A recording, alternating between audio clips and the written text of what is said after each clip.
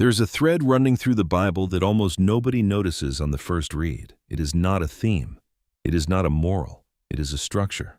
The same agreement made 7 different times with 7 different people in 7 different moments of human history. Most readers think the Bible is a collection of stories, stories of creation and exodus, of kings and prophets, and a carpenter from Nazareth.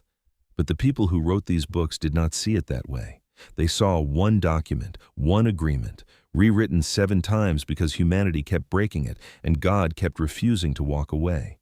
The Hebrew word for this is berit. It does not mean promise. It does not mean contract. It means something stranger, a bond cut in blood, an oath sealed by death, and every time God makes one, the same words appear. I will be your God, you will be my people. 7 times that sentence is spoken, 7 different settings, 7 different mediators. One agreement that never changed. By the end of this video, you will see something most people miss. The 7 covenants are not separate deals. They are one staircase. Each one builds on the last. Each one repairs what the last one could not. And the last one is not in the Old Testament at all.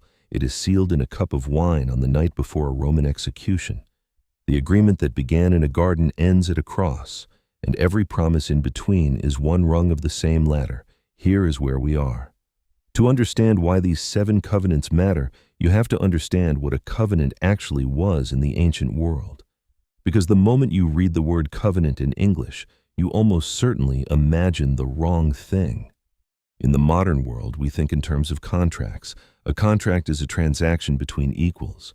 2 parties agree to exchange something. If one side fails, the contract is void. Both parties walk away. That is not what a covenant was. A covenant in the ancient Near East was a binding oath between unequals. A king and his servants, a father and his household, a conqueror and a conquered city. The greater party set the terms. The lesser party accepted them. And the moment the agreement was sealed, the 2 became one household, one fate, one destiny. There was no walking away. A covenant was not a deal you made. It was a bond you entered. The way they sealed it is what most modern readers find disturbing. Animals were cut in half. The pieces were laid on the ground in 2 parallel lines. The parties to the covenant walked between the pieces, and as they walked, they said the same thing. May it be done to me as it has been done to these animals if I break this oath. The Hebrew phrase for making a covenant is karet berit, to cut a covenant. Because a covenant was always cut in flesh. The blood was not a symbol. It was a contract written in the only ink that could not be argued with. Notice this. The first time God makes a covenant in the Bible, he does it exactly this way. Animals split in half, a trench filled with their blood, a figure walking between the pieces in fire and smoke. But only one figure walks, not 2. The man who is supposed to walk with him is asleep. And that detail is the entire key to understanding the 7 covenants that follow. Because from the very first one, God is making an oath that humanity cannot keep and putting himself on the hook for both sides. This is the pattern that holds the whole staircase together. Every covenant is a divine oath. Every covenant is sealed in blood. Every covenant carries the same promise. I will be your God. You will be my people. And every covenant ends the same way. Humanity breaks it. God refuses to. The first covenant in Scripture is not announced with the word covenant. It is hidden inside a garden. In Genesis chapter 2, God places the man in Eden, gives him a single command, and binds him to a single consequence. From every tree of the garden you may freely eat, but of the tree of the knowledge of good and evil you shall not eat, for in the day that you eat of it you shall surely die.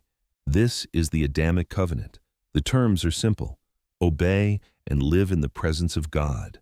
Disobey and die. Notice what is being offered. Not survival, not religion, communion. The God who built galaxies is walking in the cool of the day with a man and a woman, and the only thing standing between them in unending fellowship is one tree, one boundary, one word. The garden is not a test of willpower. It is a covenant, arrangement. And like every covenant that will follow it, the terms are not negotiated. They are given. The greater party speaks. The lesser party listens. The bond holds as long as the word is kept. Most readers miss what happens in chapter 3 because they read it as a story about a snake and an apple. It is not. It is the first breaking of the first covenant. Adam disobeys. Eve disobeys. Death enters the world through a single bite, and then God does something nobody expects. He does not destroy them. He clothes them. He kills an animal, takes its skin, and covers their nakedness himself.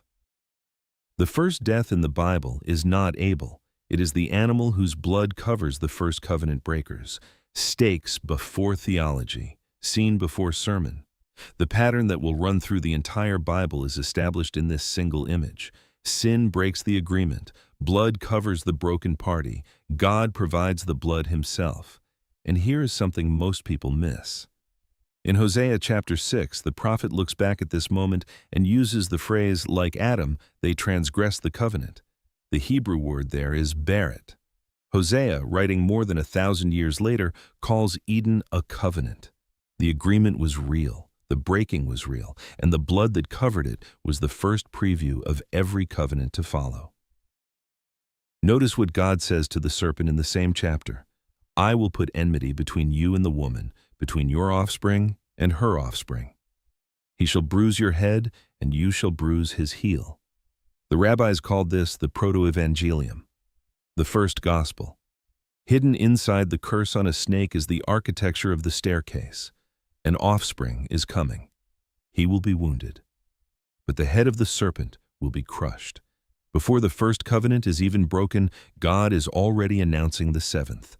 Generations pass. The breaking spreads. Cain murders Abel. The line of Cain builds cities and forges weapons. The line of Seth tries to keep the memory of God alive. By Genesis chapter 6, the earth is so full of violence that the text says every intention of the thoughts of the human heart was only evil continually.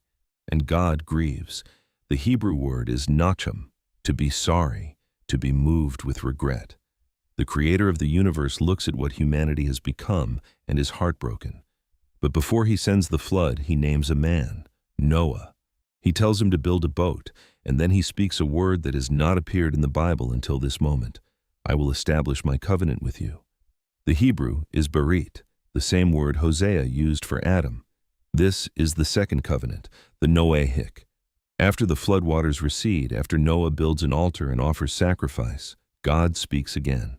And this time he does not just speak to Noah, he speaks to every living creature on the earth.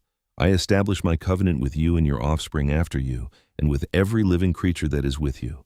Never again shall all flesh be cut off by the waters of a flood. Never again shall there be a flood to destroy the earth. Think about what that means. The first covenant was made with one man and his wife. The second is made with the entire planet, every animal, every bird, every human being who will ever live. The reach is widening. The promise is broadening. And God gives them a sign. I have set my bow in the cloud. The Hebrew word for bow is keshet. It does not mean rainbow, it means weapon. The same word used for the bow a warrior carries into battle. Here is where it gets heavier. In ancient Near Eastern art, when a king won a war, he hung his bow on the wall facing away from his city. It meant the war was over, the weapon was retired. When God says, I've set my bow in the cloud, he is not painting a pretty arc in the sky. He is hanging up his weapon. He is pointing it away from the earth and toward the heavens. The next time you see a rainbow, look at where it points. The arrow end faces up. The bow has been turned on God himself. Notice what this covenant requires of Noah. Nothing. There is no obedience clause. There is no condition. God speaks. God promises. God hangs the weapon. The agreement does not depend on Noah's behavior because the agreement was never about Noah. It was about a planet that had just been baptized in judgment and a creator who refused to let that be the final word. The Noahic covenant is universal. It is unconditional. It does not require Noah to do anything except live, and it ends with the same words that began the Adamic. I will be your God. You will be my people. The agreement has been rewritten. The terms have been adjusted, but the promise is the same. And here is something most people miss. When God hangs the bow in the cloud, he is not just promising never to flood the earth again. He is making a vow about who absorbs the next breaking.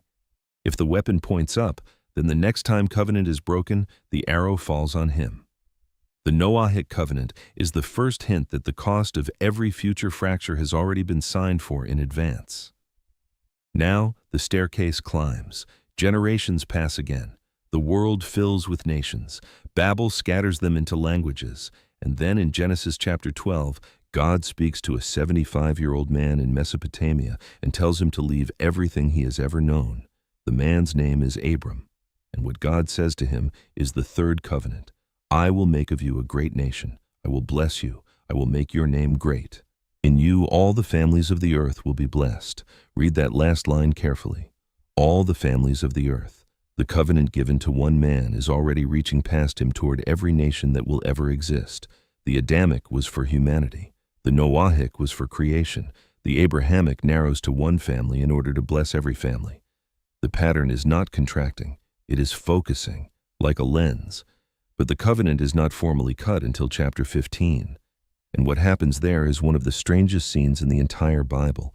God tells Abram to bring him a heifer, a goat, a ram, a turtle dove, and a young pigeon. Abram cuts them in half. He lays the pieces in two lines. The trench between them fills with blood.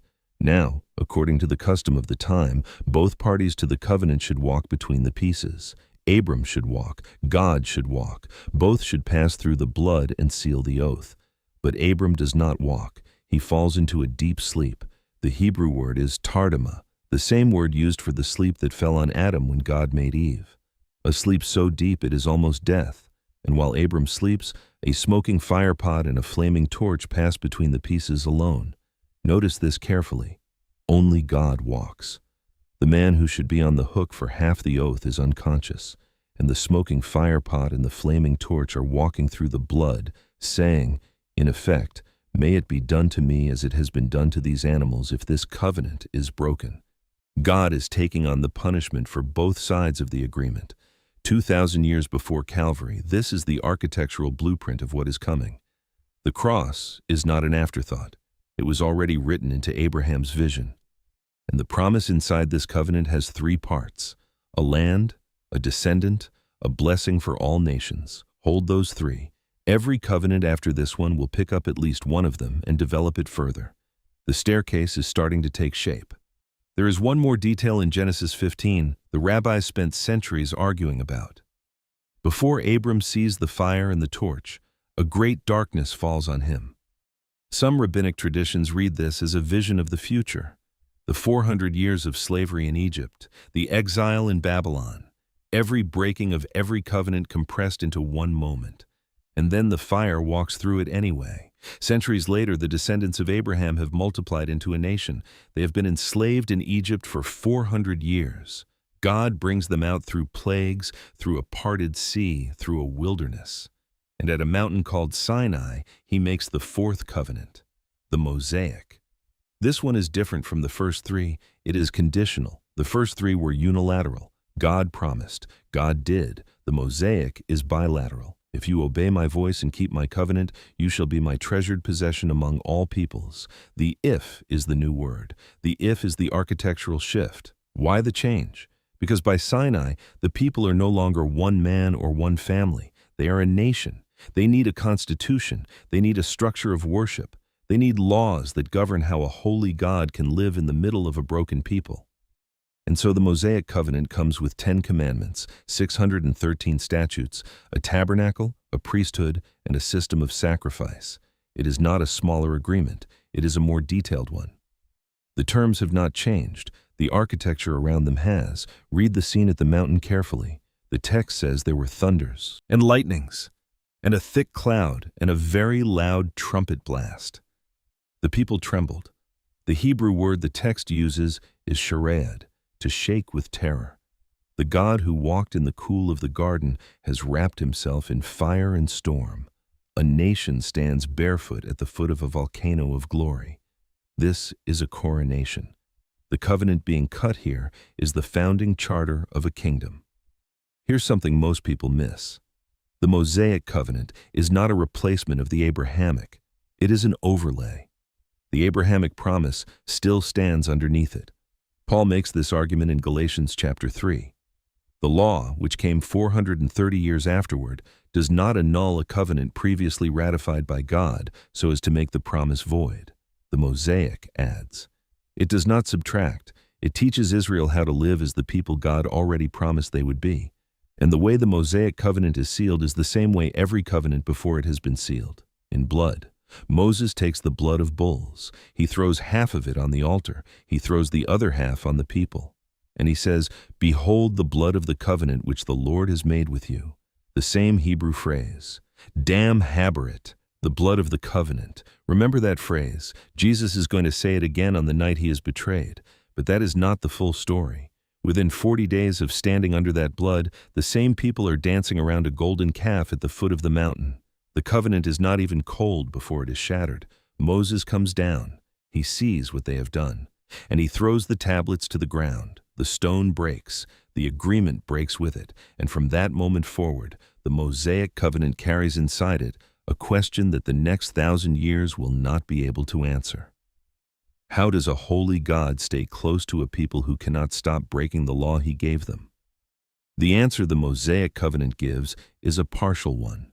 A priesthood, a tabernacle, a high priest who enters the Holy of Holies once a year with blood that is not his own. The system works, but it never finishes. The blood is always temporary. The veil between God and the people stays in place. The fifth covenant is the one almost nobody knows about. It is buried in a single chapter of Numbers, and most readers walk past it without noticing. Numbers chapter 25. Israel has been seduced into idolatry at a place called Peor. A plague is breaking out. 24,000 people are dying, and in the middle of the chaos, an Israelite man brings a Midianite woman into the camp in open defiance of everything God has commanded. A young priest named Phinehas takes a spear, walks into the tent, and kills them both. The plague stops, and then God speaks. Phinehas, the son of Eleazar, the son of Aaron, the priest, has turned back my wrath from the people of Israel. Therefore say, Behold, I give to him my covenant of peace. It shall be to him and to his descendants after him the covenant of a perpetual priesthood. This is the priestly covenant, the fifth in the staircase, and it changes the shape of everything. Because for the first time, a covenant is given not to a man, not to a nation, not to a planet, but to a line of priests. From this moment forward, the priesthood becomes covenantal. The mediator between God and the people is bound by oath to stand in the gap, to turn back wrath, to make atonement. And notice what God calls it, a covenant of peace. The Hebrew is berit shalom, the same shalom that means wholeness, completeness, the absence of fracture between God and humanity. The role of the priest is to repair what the people have broken, and it is sealed, like every covenant before it, in blood. The blood of an idolater and his accomplice, crude, violent, but the pattern holds. The covenant is cut. Think about what is being added to the staircase here. The Adamic gave humanity a creator. The Noahic gave the planet a guarantee. The Abrahamic gave the world a family. The Mosaic gave that family a law. And the priestly gives the law a mediator. Because no one can stand under the weight of Sinai by themselves. There has to be someone in the middle, someone whose entire life is bound to the covenant by oath. Phinehas is the first. He will not be the last. The line from Phinehas will produce the most important priests in Israel's history. Zadok, who anoints Solomon. Ezra, who rebuilds the law after exile. But notice what the priesthood can never do. Every priest dies. Every priest has to be replaced. The mediator is mortal, and the gap keeps reopening behind him. Now watch what happens next. Generations pass again. Israel asks for a king. They get Saul. He fails. And then God anoints a shepherd boy from Bethlehem named David. David becomes king. He unites the tribes. He brings the Ark of the Covenant to Jerusalem. And one night he tells the prophet Nathan that he wants to build a house for God. Nathan agrees. But that night the word of the Lord comes to Nathan and reverses everything. Go and tell my servant David, thus says the Lord, would you build me a house to dwell in? I took you from the pasture, from following the sheep, that you should be prince over my people Israel. And now I declare to you that the Lord will make you a house. When your days are fulfilled and you lie down with your fathers, I will raise up your offspring after you, and I will establish his kingdom. He shall build a house for my name, and I will establish the throne of his kingdom forever. This is the sixth covenant, the Davidic, and it is the one that breaks the pattern in a strange way, because for the first time, the promise is not just about land or descendants or priesthood. It is about a throne that will never end. Here is something most people miss. The Hebrew word for forever in this passage is olam. It can mean a long time. It can mean an age. But in this context, with the throne language, the prophets and the rabbis read it as eternal. A king from David's line who will reign without end. And from this moment forward, every prophet who comes after Nathan will look for that king. Isaiah will call him Emmanuel. Jeremiah will call him a righteous branch. Ezekiel will call him my servant David. Daniel will see him as one like a son of man coming on the clouds of heaven, given a kingdom that will never be destroyed. The Davidic covenant takes the staircase and points it forward, not to a place, not to a generation, to a person, a coming king. And every story for the next 1,000 years in the Hebrew Bible is asking the same question: when will he come? But before he comes, the staircase has to climb one more step, because something terrible has been happening underneath all 6 of these covenants. Israel keeps breaking them. The Adamic was broken in a garden. The Noahic was broken at Babel, when humanity tried to build its way back into the heavens by force. The Abrahamic was broken in Egypt, when Abraham's children forgot the promise. The Mosaic was broken at Sinai before Moses even came down from the mountain with a golden calf glowing in the firelight. The priestly was broken in the days of Eli, when his sons turned the tabernacle into a marketplace. The Davidic was broken when Solomon turned to other gods, and the kingdom split, and the line of David carried itself toward exile. 6 covenants, 6 fractures, 6 times humanity has stood at the line and walked across it. Quick word before we continue. If this video is helping you see Scripture in a way you had not seen it before, consider becoming a member of this channel. Members get access to extended studies, early uploads, and a small community where these conversations continue. To everyone who is already a member, thank you. You are the reason this channel can keep doing the work of going deep into texts that most people only skim. Now back to the staircase. And in the middle of the exile, when Jerusalem is rubble and the temple is ash and the Davidic king is in chains in Babylon, the prophet Jeremiah sits down in the ruins of his city and writes the most astonishing sentence in the entire Old Testament. Picture the scene. The walls of Jerusalem are torn open. The temple Solomon built has been burned to the ground. The Ark of the Covenant has vanished from history. The king of Judah has been dragged in chains to Babylon. Everything the 6 covenants promised looks from the outside like it has failed. And in that wreckage, Jeremiah opens his scroll. Behold, the days are coming, declares the Lord, when I will make a new covenant with the house of Israel and with the house of Judah, not like the covenant that I made with their fathers on the day when I took them by the hand to bring them out of the land of Egypt, my covenant that they broke, though I was their husband. For this is the covenant that I will make with the house of Israel after those days, declares the Lord. I will put my law within them, and I will write it on their hearts, and I will be their God, and they shall be my people. This is the 7th covenant, the new one, and it is announced 600 years before it arrives. Notice what is different. The first 6 covenants wrote the law on stone, on scrolls, on the bodies of animals, on the doorposts of houses. The 7th writes it inside the human being, not external commandment, internal transformation, not a tablet you read, a heart you cannot help but follow. Here is where it gets heavier. Jeremiah does not just say the new covenant will be inscribed differently. He says it will be sealed differently. He does not name how. He just says the iniquity of the people will be forgiven. Their sin will be remembered no more. And then he stops. The 7th covenant is announced but not yet cut. The blood that will seal it has not yet been shed. The mediator who will walk between the pieces alone, the way only God walked at Abraham's vision, has not yet arrived. Think about what that means. For 600 years, the Hebrew Bible ends in a question. The new covenant has been promised. But who will cut it? Whose blood will seal it? Who will be the priest who stands in the gap, the king from David's line, the seed of Abraham, the second Adam who succeeds where the first failed? The Old Testament has no answer. The Old Testament closes with the prophet Malachi looking forward and saying, "Behold, I send my messenger, and he will prepare the way before me." And then 400 years of silence, 400 years of waiting, 400 years in which the staircase stands unfinished, the seventh step half drawn, the blood for the new covenant uncut. During those 400 years, the people did not stop hoping. They rebuilt the temple. They watched empires rise and fall. The Greeks came. The Romans came. Every Passover, the question was asked at every table. Is this the year? Generation after generation answered no. The silence breaks in an upper room in Jerusalem. A Galilean rabbi sits with 12 men around a Passover table. The lamb has been slaughtered. The bread has been broken. The cup has been poured.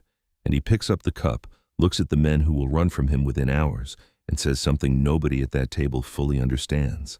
This cup that is poured out for you is the new covenant in my blood.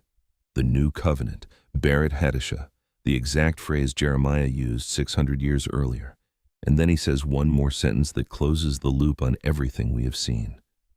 This is my blood of the covenant, which is poured out for many for the forgiveness of sins. The blood of the covenant. Dam haberit. The exact phrase Moses used at Sinai when he threw blood on the people. Notice what Jesus is doing. He is taking every covenant before him and gathering them into himself. He is the seed of Abraham. He is the prophet greater than Moses. He is the priest in the line of Phinehas, but a priest forever according to the order of Melchizedek. He is the son of David, the king whose throne will not end. He is the second Adam, succeeding in a garden where the first one failed. And he is the Lamb. The blood that seals the seventh covenant is his own. And here is the thing most people miss. Remember Genesis 15. Abraham is asleep. The pieces are laid out. The trench is full of blood. Only God walks between the pieces. Only God takes on the punishment for both sides. For 2,000 years, that scene has been waiting for its second act. Because if God is the only one who walked between the pieces, then God is the only one who can pay the price when the covenant is broken. And it has been broken 6 times by every party except the one who walked alone. The cross is the second act. The smoking firepot and the flaming torch from Genesis 15 become the body and the blood from the upper room. The animals split in half become the man split open on a tree. The blood that should have been Abraham's, that should have been Israel's, that should have been ours, becomes his. The agreement that began in a garden ends in a garden. The first Adam fell asleep and lost everything. The second Adam stayed awake in Gethsemane and won it back. Watch what happens at the moment he dies. The Gospels record 3 details that nobody at the time understood. The sky goes black at noon, the earth shakes, and the veil in the temple, the thick curtain that separated the holy place from the Holy of Holies, tears in half from the top down, not from the bottom, from the top, as if a hand reached down from heaven and ripped it in two. The gap is closed, the priesthood is finished, the seventh covenant is cut. Here is where the staircase ends. The 7 covenants are not 7 different deals. They are one deal, rewritten 7 times, climbing toward a moment when the one who made them all would keep them all himself. The Adamic, broken by a man in a garden, repaired by a man in a garden. The Noahic that hung up the bow, aimed at heaven, fulfilled at the cross when the bow was finally drawn against the one who hung it there. The Abrahamic walked alone by God, walked alone again by his Son. The Mosaic sealed by the blood of bulls, replaced by the blood of the Lamb. The priestly cut by Phinehas with a spear, fulfilled by a high priest who let the spear pierce him instead. The Davidic that promised a throne forever, filled by a king who reigns from a wooden one. And the new covenant, promised by Jeremiah, cut in an upper room, sealed on a cross, ratified at an empty tomb. What this means for how you read the Bible from this point forward is simple. You are not reading 66 unconnected books. You are reading one document, one agreement, rewritten 7 times because humanity kept breaking it and God kept refusing to walk away. Every story is one rung on the same ladder. Every prophet is asking the same question. Every promise is pointing at the same person. And when you reach the cup in the upper room, you are not at the end of a story. You are at the seal of an agreement that has been waiting since a garden. If this video helped you see something you had not seen before, Consider subscribing so you do not miss the next one. Leave a comment with which of the 7 covenants you had never heard taught this way. Share this with someone who reads the Bible like a collection of stories, because the moment they see it as one agreement, the whole thing changes shape. Thank you for watching. God bless you.